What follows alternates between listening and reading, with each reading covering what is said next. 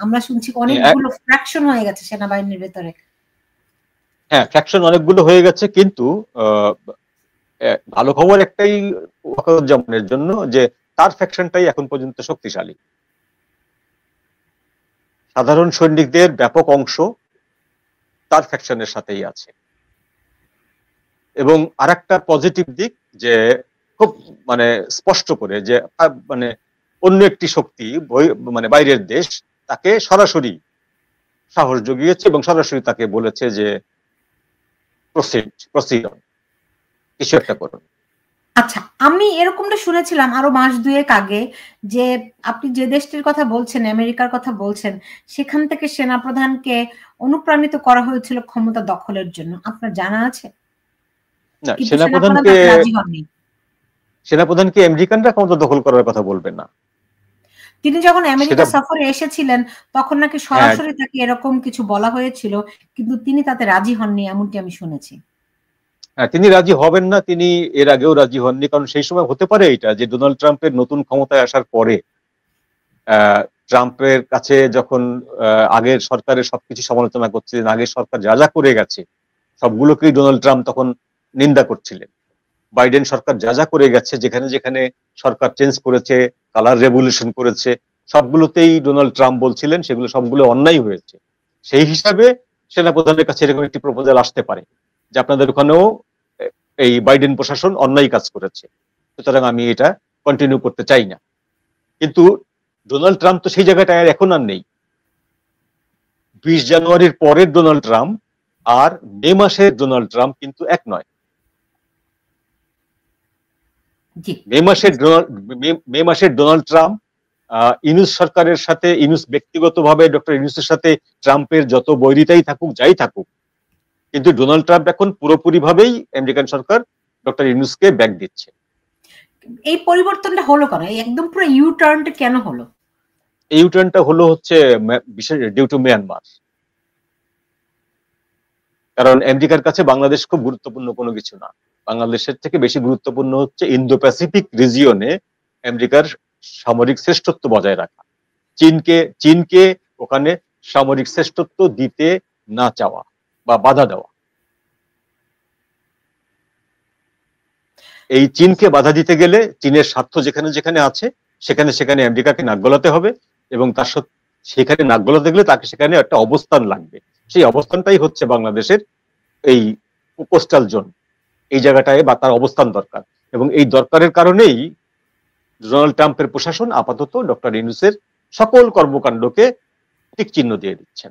জি, কিন্তু তারা যদি ধরেন যদি সেনাপ্রধানও রাজি হয় করিডোর দিতে, প্রধান উপদেষ্টা তো আছে, তাকে আপনি বলছেন, আপনার কথা শুনে আমি যেটি বোধ করছি যে আসলে সেনাপ্রধান এক ধরনের অসহায়, কারণ তার বাধা দেওয়াতে যে খুব বেশি কিছু হবে তা নয়, কারণ আপনি যে পরাশক্তির কথা বলছেন তারা কতটা শক্তিশালী সেটা তো আমরা বুঝতেই পারি। এখন আমরা যেটি শুনতে পাচ্ছি, যদি আমেরিকাকে অনুমোদন দিয়ে দেয়া হয়, সেই ক্ষেত্রে ভারত, রাশিয়া এবং চীন, এই 3 দেশ জোটবদ্ধ হয়ে তখন তারা আমেরিকাকে মোকাবেলা করবে। এত সোজা ভাবে মোকাবেলা করবে না, দিয়ে দেওয়া হলেই মোকাবেলা করবে না। ওই করিডোর দিয়ে ধরুন, আমরা জানি না, আমরা অনুমান করতে পারি যে পাকিস্তানি 2টি জাহাজ এসেছিল গত বছর। 2টি জাহাজ আসার পরে বাংলাদেশের যে নিয়ম অনুযায়ী সেখানে ইন্সপেকশন হয় জাহাজে, আমাদের বাহিনীর লোকজন থাকে, আমাদের গোয়েন্দা বাহিনীর লোকজন থাকে, বিশেষ ইন্সপেক্টর থাকে, SGS এর মতন এরকম পেশাদার যারা সার্ভিলেন্স টিম থাকে তারা থাকে। এটা অনুমোদনের পরে, চেক আপের পরে তারপরে জাহাজগুলো বন্দরে বেড়ে। তো পাকিস্তানি 2টি জাহাজ উইদাউট এনি চেকিং বন্দরে ভিড়েছিল এবং পণ্য খালাস করেছিল, এবং সেই পণ্য কি পণ্য ছিল এটা নোবডি নোজ, কেউ জানে না। বরং যারা এটা জানতে চেয়েছিল এরকম 4-5 জন অফিসারকে সঙ্গে সঙ্গে চাকরিচ্যুত করা হয়েছে চিটাগং পোর্টে। তার মানে কি হতে পারে? তার মানে আমরা আশঙ্কা করতে পারি যে ওই জাহাজে করে কোনো নিষিদ্ধ বস্তু এসেছিল। এরপরে আমরা আশঙ্কা করতে পারি যে রাখাইনের রোহিঙ্গা শিবিরের উপরে মাঝে মাঝে ড্রোন ঘোরে, মাঝে মাঝে প্যারাটুপার এসে নামতে পারে, মাঝে মাঝে বিভিন্ন বিদেশি লোকজন টুরিস্টের বেশে বা এনজিওর বেশে আসে, তারা কি এমনি এমনি আসে? আমেরিকান জাহাজ এসে লাগে, চীনা জাহাজ এসে লাগে, সেই জাহাজগুলো অনেকগুলো কার্গো ডিপ্লয় করে যেতে পারে, অনেকগুলো কার্গো এখানে সেভ করে রেখে যেতে পারে। তো সবকিছু মিলিয়ে আমরা আশঙ্কা করি যে রোহিঙ্গা ক্যাম্পগুলোর ভিতরে প্রচুর পরিমাণে অবৈধ অস্ত্র আছে। এখন যদি করিডোর দিয়ে যদি সেই অবৈধ অস্ত্র রাখাইনে ঢোকে, আরাকান আর্মির হাতে যায়, আরাকান আর্মি যদি আরো শক্তিশালী হয়ে তার যে অংশটুকু এখনো দখল করতে পারেনি রাখাইনের, সেই অংশটুকু দখল করতে যায়, তাহলে সেখানে মিয়ানমারের এবং চীনের স্বার্থপূর্ণ হবে, ভারতের স্বার্থপূর্ণ হবে। শুধুমাত্র তখনই চীন এবং ভারত এই দুটি দেশ সক্রিয় হবে। আর যখন দেখা যাবে যে সরাসরি মিয়ানমার গভর্নমেন্ট, জুন্তা সরকার পড়ে যাচ্ছে, জুন্তা সরকারের পতন ঘটছে, তখন শুধুমাত্র রাশিয়া ইনভলভ হবে। কারণ জুন্তা সরকারের অস্ত্র সাপ্লাইয়ের প্রধান সাপ্লায়ার হচ্ছে রাশিয়া। জুন্তা সরকারের যখন পতন ঘটবে, তখন রাশিয়া ঠেকানোর জন্য সেখানে ইনভলভ হবে। এর আগে ভারত, চীন, রাশিয়া এই তিন দলের কেউই কিন্তু এই আমাদের শিলখালি করিডোর বা টেকনাফে ইনভলভ হবে না। কিন্তু আমরা শুনছিলাম সেনাপ্রধান যে মাঝখানে রাশিয়া গেলেন, এরপরে রাশিয়ার 4টি যুদ্ধ জাহাজ আমাদের অঞ্চলে এসে থাকলো, 4 দিন থাকলো। এগুলি এক ধরনের দেখানো যে আমরা আছি, আমরা কিন্তু এমনটাই শুনেছিলাম। এগুলাকে যুদ্ধের ভাষায় বলে হচ্ছে ইন্টেলিজেন্স ওয়ারফেয়ার। রাইট। অর্থাৎ আমি এখানে আছি জানান দেওয়া, আপনি এখানে যা খুশি করতে চাচ্ছেন করছেন, করুন, বাট মাইন্ডেড যে আমিও এখানে আছি, এটা জানান দেওয়া, এটা আর কিছু না। এটা আপনাকে এটাকে বলা যায় যে সেই জানান দেওয়াটা তো অনেক মিনিংফুল, পাওয়ারফুল। হ্যাঁ, ডেফিনেটলি মিনিংফুল। কারণ আমরা জানি 71 আমেরিকার অস্ত্র এসেছিল, কিন্তু তার আগে ইন্দিরা গান্ধীর বুদ্ধিমত্তার কারণে আগে থেকেই এদিকে রাশিয়ার যুদ্ধ জাহাজ থাকার কারণে আমেরিকার মানে অস্ত্র সাপ্লাই করতে পারেনি, তাই তো? এখন যেমন ধরুন আমি একটা কথার কথা বলি যে রাখাইন করিডোর চালু হলো, সেখান দিয়ে খাদ্য যাওয়া আসা করছে, খাদ্য আনুষঙ্গিক জিনিসপত্র যাওয়া আসা করছে, অস্ত্র যাওয়া আসা করছে না, খাদ্যপণ্য যাওয়া আসা করছে। হঠাৎ করে দেখা গেল যে রাখাইন আর্মির একটা অংশ কুকি চীনের সাথে মিলে মিজোরামের, ভারতের মিজোরামের একটা অংশের উপরে আক্রমণ করে বসলো, গোটা 20 মানুষকে তারা মেরে ফেলল। তখন ইন্ডিয়া কি করবে? তখন ইন্ডিয়া কিন্তু ইনভেড করবে। কোথায় ইনভেড করবে? এই জায়গাটায় ইনভেড করবে যেখান থেকে রাখাইনের কাছে সাপ্লাই যাচ্ছে। এখন ইন্ডিয়ার জন্য এরকম একটা ইনসিডেন্ট দরকার, ইন্ডিয়ার জন্য ইনসিডেন্ট দরকার করিডোর সংলগ্ন অঞ্চলে, যে শিলিগুড়ি করিডোর, চিকেন নেক, সেইখানে একটা সন্ত্রাসী ঘটনা ঘটলো। দেখা গেল যে সেই সন্ত্রাসীদেরকে ভেতরে 4 জন সন্ত্রাসী ঘটনা ঘটালো, একজনকে গ্রেপ্তার করা হলো। সেই গ্রেপ্তারকৃত ব্যক্তিটি ধরুন বাংলাদেশের কোন একটি ইসলামী দলের পার্টি, ইসলামী পার্টির একজন সদস্য। ইন্ডিয়া একটা ইনসিডেন্ট পেল, সেই ইনসিডেন্টটাই হচ্ছে তাকে এখানে ইনভেট করতে সাহায্য করবে। ধরুন চীনের কোন সারা শব্দ নেই, চীন চুপচাপ বসে আছে, বাংলাদেশকে বন্ধু মনে করে, মিয়ানমারকে বন্ধু মনে করে, আমেরিকার সঙ্গে এখন বিবাদে যেতে চায় না, বাট যে কোনো এক সময় ওই করিডোর দিয়ে একটা আর্মসের চালান যাচ্ছে, এইটা যখন সে তার স্যাটেলাইটের মাধ্যমে দেখবে, তার রাডারের মাধ্যমে দেখবে, তখন সে করবে কি? ওখানে বোমা ফেলার চেষ্টা করবে। তার মানে সে ইনভেট করলো।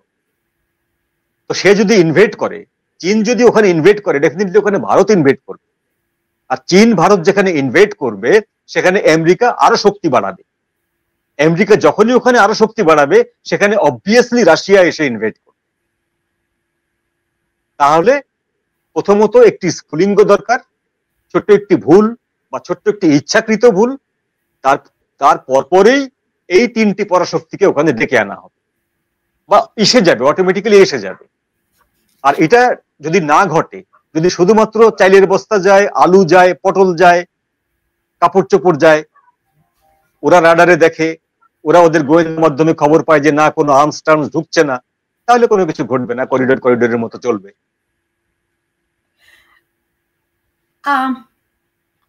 কিন্তু আমেরিকার প্ল্যান তো সেটা না। আমেরিকার প্ল্যান তো হচ্ছে রাখাইন আর্মিকে শক্তিশালী করে, রাখাইন আর্মিকে দিয়ে পুরো রাখাইন স্টেট দখল করে আরো অগ্রগামী হয়ে মিয়ানমারকে 4 টুকরো 5 টুকরো করে ফেলা।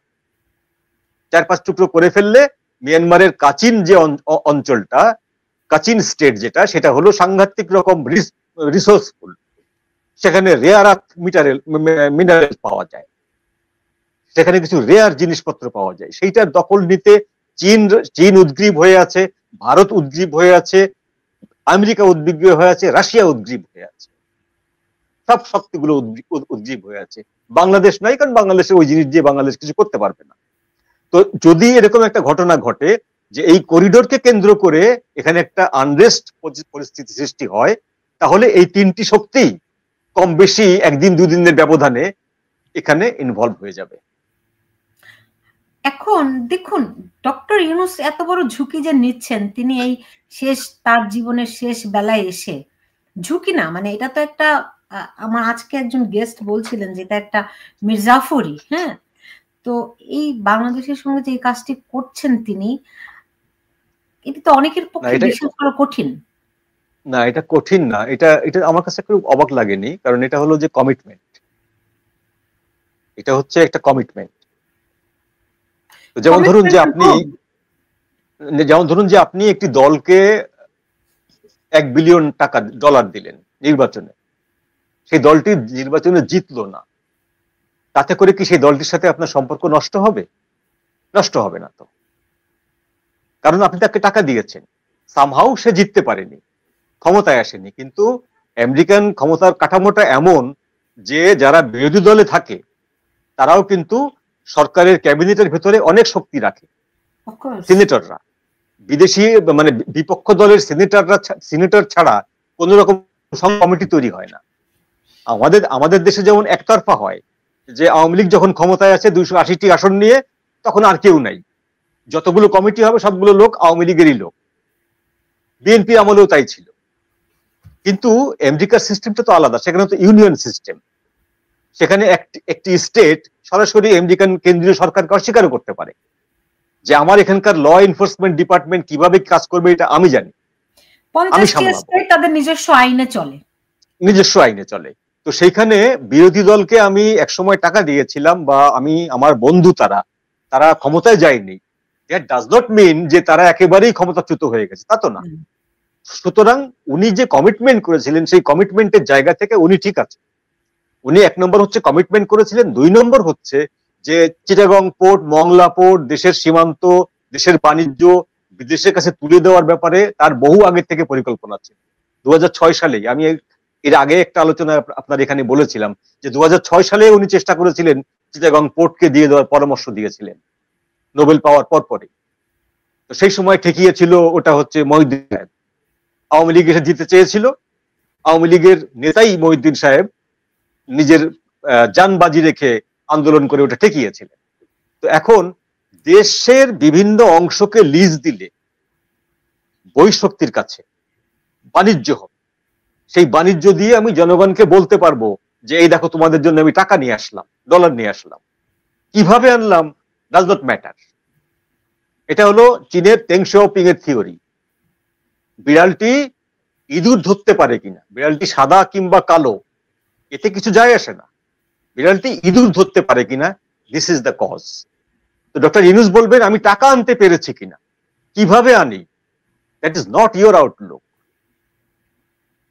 জনগণের আউটলুক না, এটা জনগণের দেখার বিষয় না। আমি টাকা নিয়ে আসলাম, এই যে টাকা নিয়ে আসছি।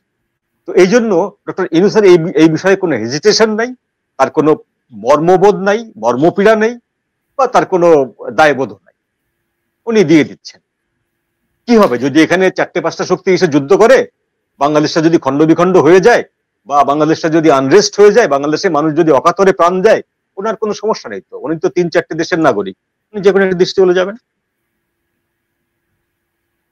উনি ফ্রান্সের নাগরিক, উনি ইটালির নাগরিক, উনি স্পেনের নাগরিক, চলে যাবেন কোন একটি দেশে।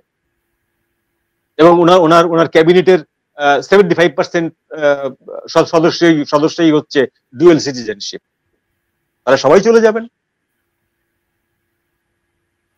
তখন বাংলাদেশ আমেরিকা শাসন করলো না, ভারত শাসন করলো না, চীন শাসন করলো, হু কেয়ার। এখন ভারতের প্রভাব থাকলে অসুবিধা, কিন্তু অন্য দেশ নিয়ে গেলে তো আর অসুবিধা নেই। এই হচ্ছে আমাদের রাজনীতি, রাইট?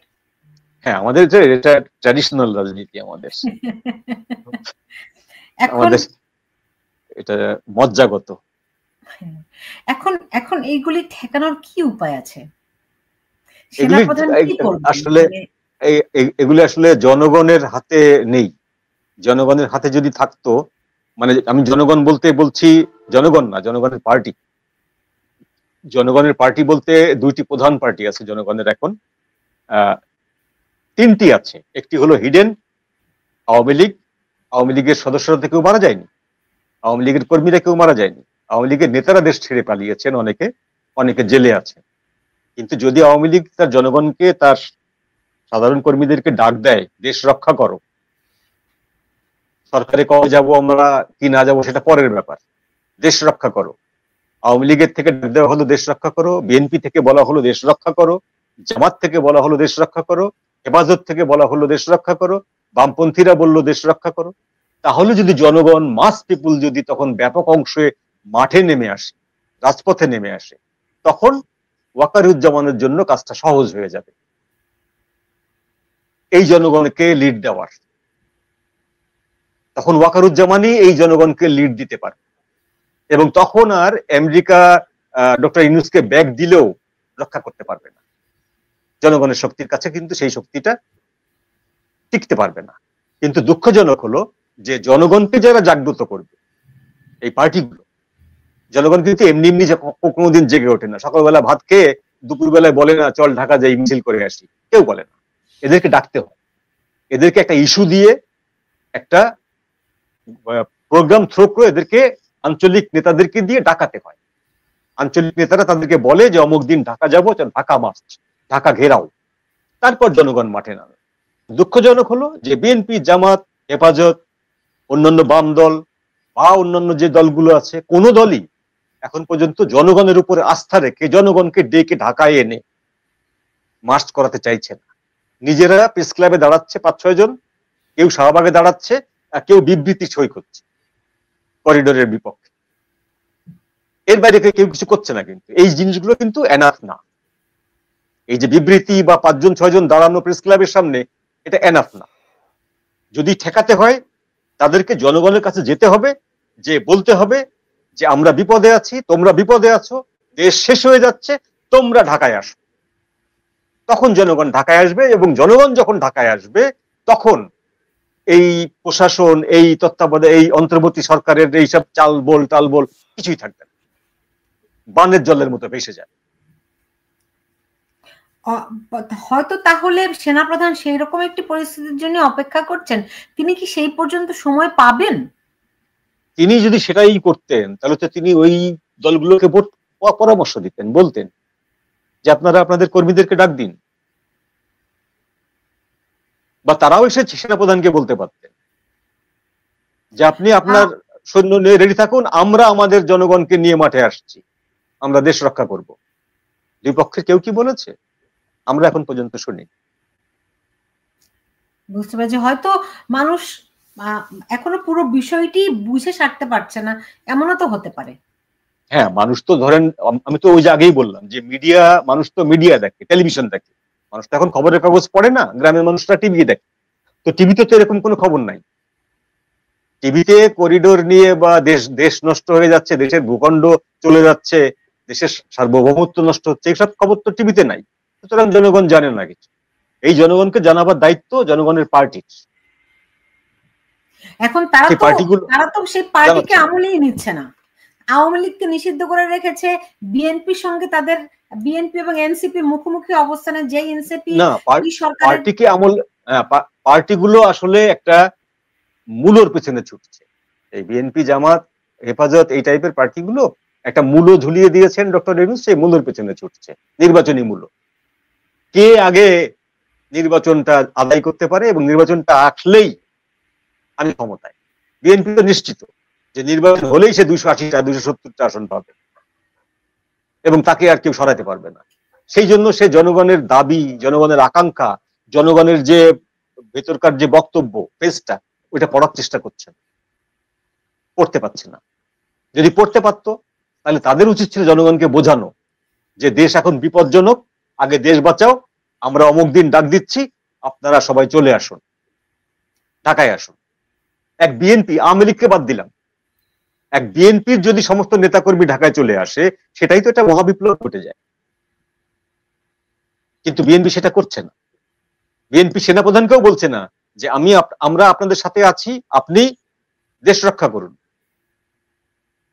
সেনাপ্রধানও বিএনপিকে বলছে না যে আমি আমার সৈন্যবাহিনীকে নিয়ে দেশ রক্ষা করব, আপনারা আপনাদের জনগণকে নিয়ে আসুন, আমরা একসঙ্গে দেশ বাঁচাই। আমার মনে হয় বিএনপি একটু একটু করে বলা শুরু করেছে। কালকে আমি সজীব ওয়াজেদ জয়ের একটি বক্তব্য দেখেছি, তিনি সেনাপ্রধানকে আশ্বস্ত করেছেন যে আপনি দেশ রক্ষা করুন।